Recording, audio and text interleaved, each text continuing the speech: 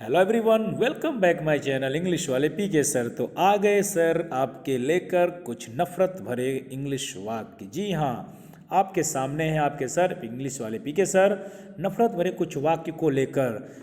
पिछले वीडियो में मैंने आपसे कहा था कि मैं अगले वीडियो में जो भी आएगा उसमें आपको मैं दूंगा नफरत भरे कुछ इंग्लिश वाक्य जो बोले जाते हैं गुस्से में, चाहे वो बॉयफ्रेंड गर्लफ्रेंड हो, चाहे हस्बैंड वाइफ हो, चाहे आप पेरेंट्स के साथ, चाहे ब्रदर्स के साथ, चाहे एनिमीज़ के साथ, जिसके भी साथ आप बोलें। तो ये वाक्य आप इंग्लिश में अगर बोलना चाहते हैं, थोड़ा नफरत भी दिखाइए तो इंग्लिश वाला दिखाइए। क्या ये सब रे तुरे करने का नहीं, कोई फ़ायदा नहीं गाइस। अगर नफरत ही करना है तो थोड़ा इंग्लिश में कर लो कि नफरत वाले को भी कुछ अच्छा लगे। तो उम्मीद है कि आपको ये वीडियो ज़रूर पसंद आएगा। तो आइए शुरू करते हैं बिना लेट किए हुए, बिना देर किए हुए। तो आइए शुरू करते हैं। वेरी फर्स्ट वन हियर, तुम्हारी हिम्मत कैसे हुई। अब ये पहला सेंटेंस मैं इसलिए पहले ही इसको दे दिया हूँ कि आप इस पे ज़रा सोचिए, ठीक है। ये बहुत बार मूवीज़ में या फिर आपके डेली रूटीन में कोई ना कोई अगर इंग्लिश बोलने वाले से पाला पड़ता होगा तो ये बोल ही देता होगा, ठीक है। थोड़ा बहुत तो इंग्लिश आपको आती होगी तो आप जानते होंगे तुम्हारी हिम्मत कैसे हुई। तो आपने मूवी सुना है ना, और लड़कियाँ जो मूवीज़ में बोलती हैं, ख़ासतौर से हीरोइन जो एक्ट्रेस होती है बोलती हैं तुम्हारी हिम्मत कैसे हुई मुझे छूने की। तो अब समझ गए होंगे ये सेंटेंस आपको खुद बनाना है और इसके बारे में लास्ट में जिक्र करेंगे, ठीक है। तो गाइज ये पहला ही आपका होमवर्क है। आइए देखते हैं। औकात में रहो अपनी, समझे। तुम्हारी औकात कितनी मैं जानता हूँ। B in your limits. तो आपको जब गुस्से में यही सब तो निकालेंगे, आप क्या करेंगे, बी इन योर लिमिट्स, ठीक है। तो बोलते हैं ना अपनी औकात में रह, तू समझा, औकात में रह, बी इन योर लिमिट्स। तो इस तरह से आप बोल सकते हैं, ठीक है।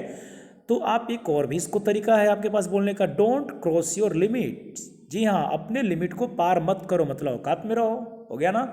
तो गाइज मैंने कहा ना बहुत सारे तरीके होते हैं। तो आपको एक ये मिल गया, be in your limits and don't cross your limits, या don't try to cross your limits, ये भी बोल सकते हैं। डोंट क्रॉस योर लिमिट्स या don't try to cross your limits.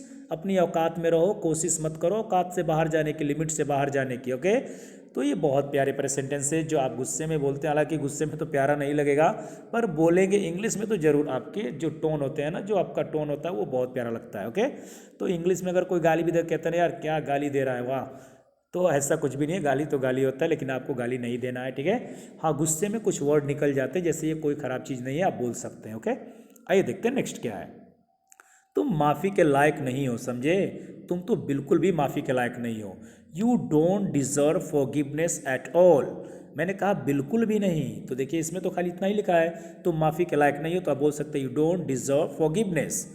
अब बिल्कुल भी नहीं करना है तो लास्ट में एट ऑल जोड़ दीजिए, इसमें एट ऑल ऐड कर दीजिए लास्ट में। You don't deserve forgiveness at all.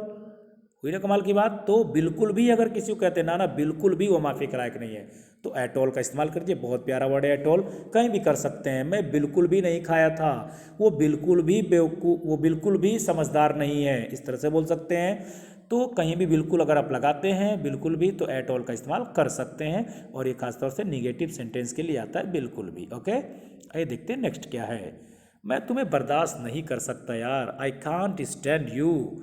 अब इसका मतलब अगर जो लर्नर बिगिनर्स होंगे गाइज वो क्या समझेंगे, आई कांट स्टैंड यू, मैं खड़ा नहीं हो सकता तुम पर, ये क्या मतलब है। नहीं गाइज, यही तो है इंग्लिश की खूबसूरती। This is the beauty of English, okay. ये होता कुछ और है, इंग्लिश कुछ और होता है, मीनिंग कुछ और निकलता है, लेकिन सेंस एक ही होगा। आई कैंट स्टैंड यू, जी हाँ, बहुत प्यारा ये सेंटेंस है। मैं तुम्हें और बर्दाश्त नहीं कर सकता, अगर और आ गया होता एनी मोर का इस्तेमाल कीजिएगा, ठीक है। और भी प्यारा सेंटेंस बनता है, आई can't stand you any more, मैं तुम्हें और बर्दाश्त नहीं कर सकता। तो जैसे कई बार अगर आपने बर्दाश्त किया है किसी गलती, तो बोलते हैं यार कल भी मुझे ऐसा बोल रहा था, परसों भी बोल रहा था, मैं छोड़ रहा हूँ, 1 महीने से बोल रहा है, मैं इसे और बर्दाश्त नहीं कर सकता। आई कैंट स्टैंड, अगर उससे नहीं कर सकते तो हिम, लड़की है तो हर, एनी मोर का इस्तेमाल करिए। और मैं तुम्हें और बर्दाश्त नहीं कर सकता, आई can't stand you any more. अगर आपको बात समझ में नहीं आई हो तो फिर से एक बार क्या कीजिएगा, बैक जाकर देख लीजिएगा, ओके। सुन लीजिएगा आवाज़, मैंने क्या बोला है। 3 सेंटेंस मैंने बोला है। आई कैंट स्टैंड यू, मैं तुम्हें बर्दाश्त नहीं कर सकता। आई can't stand you any more, मैं तुम्हें और बर्दाश्त नहीं कर सकता। अगर उससे नहीं बर्दाश्त कर सकता तो क्या बोलेंगे, आई कैंट स्टैंड हिम, ठीक है। आई कैंट स्टैंड हिम, लड़की को बर्दाश्त नहीं कर सकते, आई कैंट स्टैंड हर, उसे मैं बर्दाश्त नहीं कर सकता। और और नहीं कर सकता तो एनी मोर तो लगाना ही पड़ेगा आपको। केवल बर्दाश्त नहीं कर सकता तो I can't stand you, I can't stand him, I can't stand her. उम्मीद है कि आपको ये तीनों सेंटेंस समझ में आ चुके होंगे। ओके, नेक्स्ट देखिए क्या है। मेरा तुमसे कोई लेना देना नहीं है। देखो भाई साहब मैं बता रहा हूँ, मेरा तुमसे कोई लेना देना नहीं है। I have nothing to do with you. ये भी बहुत प्यारा सेंटेंस है, इस पर मैं एक वीडियो बना चुका हूँ। एक क्या मुझे लग रहा है कि 3-4 इस पर सीरीज मैंने बनाया था नथिंग का। तो गाइज मैं आपको ज़रूर ये कहना चाहूँगा, आपको सजेस्ट करना चाहूँगा कि नथिंग का आप जो एक सेंटेंस देख रहे हैं ये मात्र एक सेंटेंस से सीमित नहीं है।